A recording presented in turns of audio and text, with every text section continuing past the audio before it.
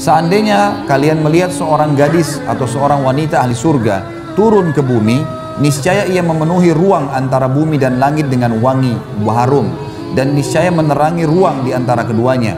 Kudung yang berada di atas kepalanya lebih baik daripada dunia berikut segala isinya. Hadis ini diriwayatkan Imam Bukhari, dan lebih umum pendapat ulama mengatakan yang dibahas di sini adalah masalah penghuni surga dari wanita dunia.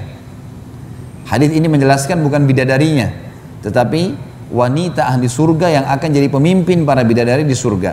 Di sini dikatakan bahwasanya kalau seandainya salah seorang di antara mereka turun ke bumi ini, maka niscaya seluruh ruang antara langit dan bumi terisi dengan bau wanginya si wanita tadi.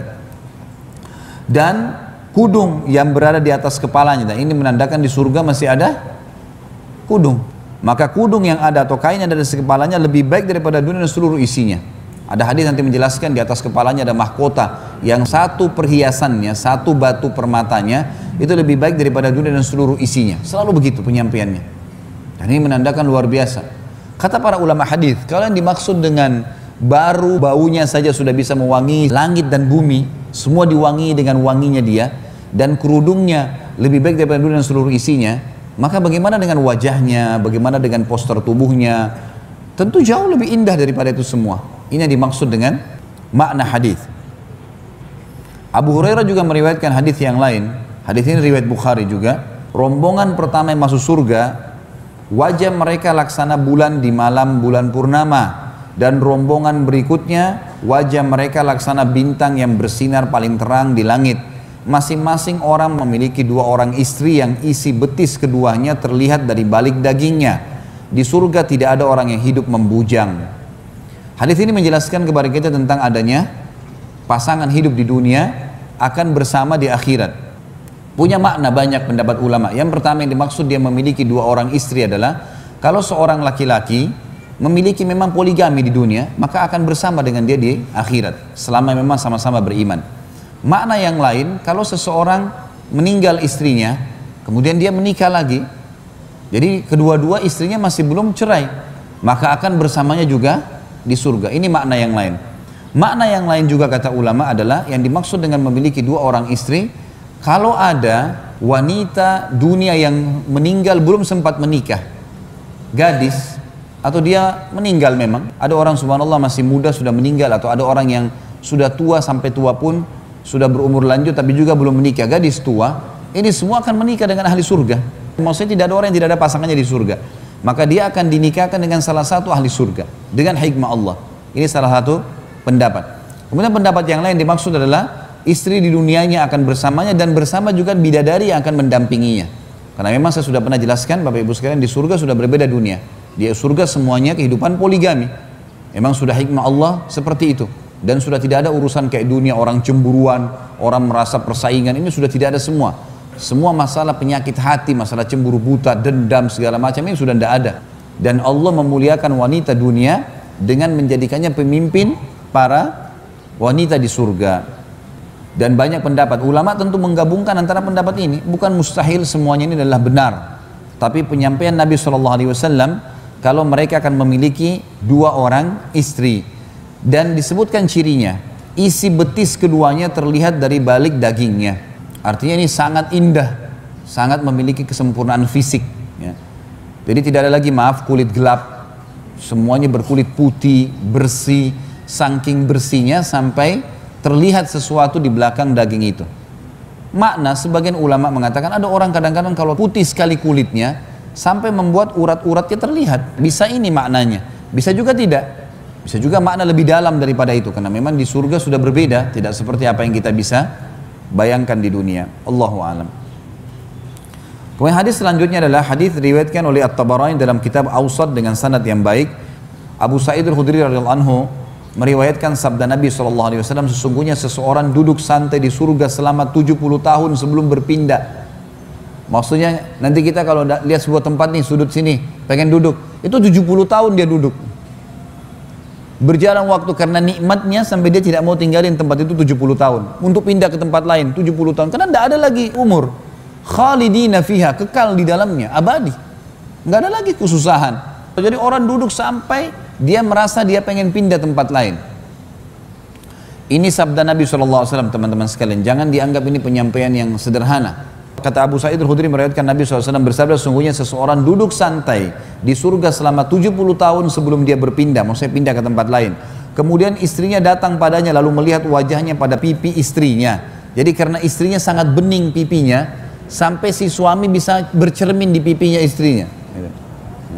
Ini nggak ada lagi perawatan-perawatan ibu-ibu sekalian. Ini Allah kasih gratis. Cuma tinggal ibadah saja di dunia. Yang lebih bening dibandingkan cermin. Jadi dia bisa bercermin di pipi istrinya. Intan paling kecil yang dipakainya dapat menyinari antara timur dan barat. Intannya si istri tadi, perhiasannya. Istrinya memberi salam padanya dan ia pun menjawab salamnya. Ia bertanya kepadanya, siapa anda ini? Ia menjawab, aku adalah tambahan atau mazid. Ia memakai 70 pakaian dan yang paling kecil seperti gunung Nu'man karena bagusnya. Berasal dari pohon tuba. Ia menerawangnya sehingga melihat isi betisnya dari balik pakaiannya. Wanita tersebut memakai mahkota dan intan yang paling kecil miliknya dapat menyinari antara timur dan barat. Saya, kata beliau penulis mengatakan, pernyataannya aku adalah mazid atau tambahan sebagaimana dalam hadis tadi. Semakna dengan firman Allah yang Maha Tinggi dan Maha Pemurah dalam surah Qaf ayat 35 yang bunyinya a'udzubillahi minasyaitonirrajim lahum ma yasha'una fiha waladaina mazid. Mereka di dalamnya memperoleh apa yang mereka kehendaki dan pada sisi kami ada tambahannya. Dan An-Nu'man artinya sebuah bukit di Arafah. Sementara Tuba adalah pohon yang mengeluarkan pakaian-pakaian ahli surga. Baik, ini adalah dalilnya. Saya rincikan. Dimulai daripada seseorang duduk santai di surga selama 70 tahun sebelum berpindah. Ini maksudnya adalah dia bersantai di sudut-sudut istanahnya. Dari salah satu istana yang dia milikin. Kemudian istrinya datang padanya. Yang dimaksud dengan istrinya datang adalah bisa istri di dunia atau bisa yang Allah nikahkan dari bidadari. Lalu kemudian diceritakan tentang ciri khasnya wanita tersebut. Karena beningnya pipinya sampai si suami bisa bercermin padanya. Dan kemudian dia menggunakan perhiasan yang menerangi antara timur dan barat. Dan ini lebih dekat maknanya kata ulama hadis adalah pada saat seorang ahli surga pertama masuk ke dalam surga. Dan dia begitu masuk ke istananya, dia belum bertemu dengan istrinya. Maka pada saat dia masuk barulah ketemu dengan istrinya. Sebagian ulama hadis mengatakan, dia bertanya siapa anda ini? Padahal ini bisa bermakna istri dari dunia. Dia heran karena ada terjadi perubahan total, perubahan secara keseluruhan, baik dari kulitnya, dari matanya, dari rambutnya, semua berubah. Semuanya menjadi sesuatu yang indah. Makanya dia bertanya, siapa anda ini? Maka dia mengatakan, saya mazid. Mazid ini bisa bermakna dua. Yang pertama adalah firman Allah tadi, bidadari yang Allah datangkan untuk dia nikahi, dijadikan sebagai pasangannya, atau memang istri di dunia, memang Allah subhanahu wa ta'ala mengubahnya menjadi lebih sempurna dari sebelumnya.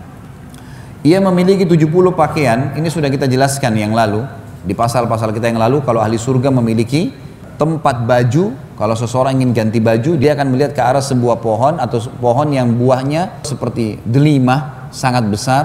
Kalau dia ingin mengganti bajunya, maka tiba-tiba pohon tersebut mendekat, lalu terbuka, dan di dalamnya ada 70 gaun. Dan 70 gaun ini berubah, berganti-ganti setiap saat. Jadi setiap dibuka misalnya, kemudian dia 70 gaun, dia pengen pakai yang warna biru, dipakailah sama dia.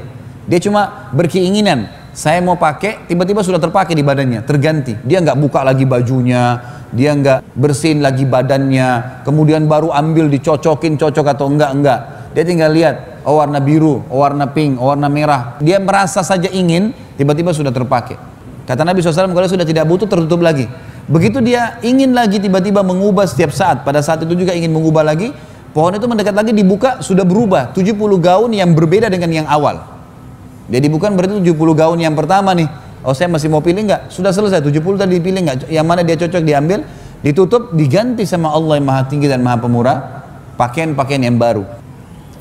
Dikatakan di sini, dan yang paling kecil dari 70 gaun itu seperti gunung Nu'man, karena bagusnya, maksudnya gaun yang sangat besar sekali.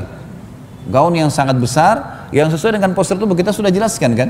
Ahli surga memiliki tinggi badan seperti Adam alaihissalam laki-laki, 60 siku ke langit, dan perempuan seperti Hawa, 40 siku ke langit. Jadi memang butuh baju yang sangat besar. Gunung Nu'man ini kurang lebih memang tingginya antara 30 sampai 40 meter. Di sini sabda Nabi SAW memberikan gambaran kepada para sahabat dan sampai kepada kita sekarang. Segala puji bagi Allah tentang masalah itu. Karena kita diberikan gambaran kalau baju mereka nanti adalah lebih besar atau bahkan lebih daripada gunung Nu'man, artinya menutupi seluruh tubuh mereka. Sebagian ulama menambahkan mengatakan kemungkinan pakaian ini akan menutupi dari bagian kepala sampai ke bagian kaki. Begitu juga dikatakan berasal dari pohon tuba. Pohon tuba tadi yang saya bilang, jadi bentuknya ada seperti buah delima, bagian pucuknya besar sekali, dan begitu ahli surga ingin pakai baju maka terbuka dengan sendirinya. Lalu dikatakan wanita itu bisa terlihat isi betisnya dari balik pakaiannya. Artinya gaun tersebut juga walaupun besar tapi dia transparan yang memang berada di antara tubuhnya sehingga bisa terlihat oleh pasangannya. Itu yang dimaksud.